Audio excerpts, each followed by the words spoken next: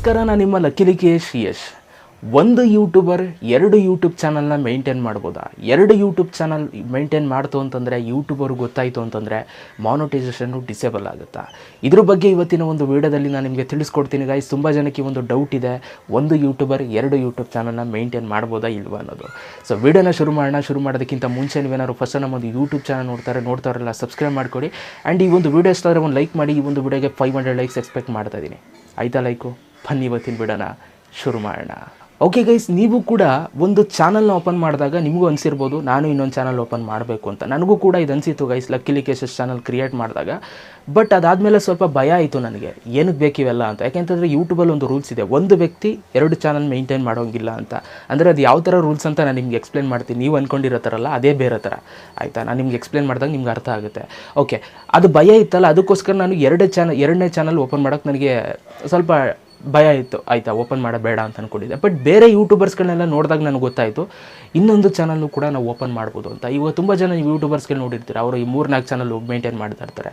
ಆ ಥರ ಓಪನ್ ಮಾಡ್ಬೋದು ಅಂತ ನನಗೆ ಅವಾಗ ಅರ್ಥ ಆಯಿತು. ಆಮೇಲೆ ಸ್ವಲ್ಪ ಇದ್ರ ಮೇಲೆ ರಿಸರ್ಚ್ ಮಾಡಿದೆ. ಆಮೇಲೆ ನನಗೆ ಗೊತ್ತಾಯಿತು ಏನು ಅಂತಂದರೆ ಗೈಸ್, ಇವಾಗ ನೀವು ಒಂದು ಚಾನಲ್ ಕ್ರಿಯೇಟ್ ಮಾಡಿದ್ದೀರಾ, ಆ ಒಂದು ಚಾನಲ್ಗೆ ಒಂದು ಗೂಗಲ್ ಆಡ್ಸೆನ್ಸ್ ಲಿಂಕ್ ಆಗಿದೆ ಅಂತಂದರೆ ನೀವು ಯಾವ ಹೆಸರಲ್ಲಿ ಗೂಗಲ್ ಆಡ್ಸೆನ್ಸ್ ಅಕೌಂಟ್ನ ಕ್ರಿಯೇಟ್ ಮಾಡಿದ್ದೀರಾ ಅದೇ ಕೊನೆ.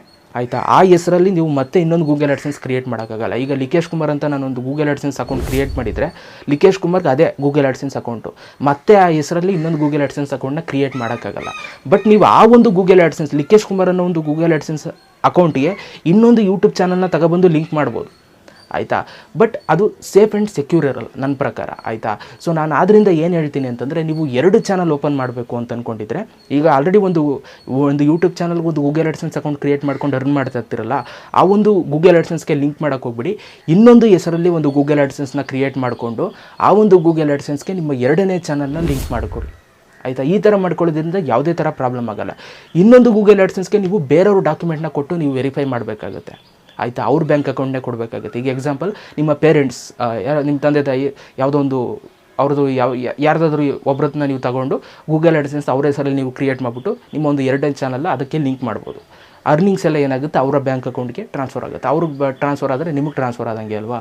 ಸೊ ನಿಮ್ಮ ಫ್ಯಾಮಿಲಿ ಅಂತಂದರೆ, ಸೊ ಈ ಥರ ನೀವು 2-3 ಚಾನಲ್ನ ನೀವು ಮೇಂಟೈನ್ ಮಾಡೋದು. ನಿಮ್ಮ ಮನೇಲಿ ಎಷ್ಟು ಜನ ಇದ್ದಾರೆ ಅವ್ರದ್ದೆಲ್ಲ ಡಾಕ್ಯುಮೆಂಟ್ಸ್ ತಗೊಂಡು ನೀವು ಚಾನಲ್ ಓಪನ್ ಮಾಡ್ಕೋಬೋದು. ಯಾವುದೇ ಥರ ಪ್ರಾಬ್ಲಮ್ ಇಲ್ಲ ಯೂಟ್ಯೂಬಲ್ಲಿ. ಆಯಿತಾ? ಆಮೇಲೆ ಇನ್ನೊಂದು, ನಾನು ಆವಾಗಲೇ ಹೇಳಿದ್ನಲ್ಲ, ಒಂದು ಚಾನಲ್ಗೆ ಒಂದು ಗೂಗಲ್ ಆಡ್ಸೆನ್ಸ್ಗೆ ನೀವು ಇನ್ನೂ ಹಲವಾರು ಥರ ಯೂಟ್ಯೂಬ್ ಚಾನಲ್ಗಳನ್ನ ನೀವು ಒಂದೇ ಇದಕ್ಕೆ ಲಿಂಕ್ ಮಾಡ್ಕೋಬೋದು. ಬಟ್ ಅದೆಲ್ಲ ಪ್ರಾಬ್ಲಮ್ ಆಗುತ್ತೆ. ಆಯಿತಾ? ಆ ಥರ ಮಾಡೋಕ್ಕೋಗ್ಬೇಡಿ. ಸೊ ಆದ್ದರಿಂದ ನಾನು ನಿಮ್ಗೇನು ಹೇಳ್ತೀನಿ ಅಂತಂದರೆ, ನೀವು 2-3 ಚಾನಲ್ ಓಪನ್ ಮಾಡಬೇಕು ಅಂತ ಇದ್ದರೆ ಗೂಗಲ್ ಆಡ್ಸೆನ್ಸ್ ಬೇರೆ ಬೇರೆ ಹೆಸರಲ್ಲಿ ನೀವು ಕ್ರಿಯೇಟ್ ಮಾಡಿಕೊಂಡು ಮಾಡ್ಬೋದು ಗೈಸ್. ಯಾವುದೇ ಥರ ಭಯ ಇಲ್ಲ, ಭಯ ಪಡೋ ಅವಶ್ಯಕತೆ ಇಲ್ಲ.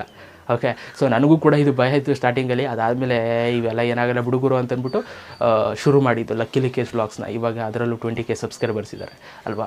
ಸೊ ಈ ಥರ ನೀವು ಪ್ರಯತ್ನ ಪಡಬೇಕು, ಸರ್ಚ್ ಮಾಡಬೇಕು ಇದೆಲ್ಲ ಆಗುತ್ತಾ ಏನು ಅಂತ. ನೀವು ಎಷ್ಟು ಬೇಗ ಸರ್ಚ್ ಮಾಡಿ ಎಲ್ಲನೂ ತಿಳ್ಕೊಂಡು ಬಂದುಬಿಡ್ತೀರೋ ಅಷ್ಟು ನಿಮಗೆ ಒಳ್ಳೆಯದು. ನೀವು ಲೇಟ್ ಮಾಡಿದಷ್ಟು ನಿಮಗೆ ಟೈಮ್ ವೇಸ್ಟ್ ಆಗುತ್ತೆ.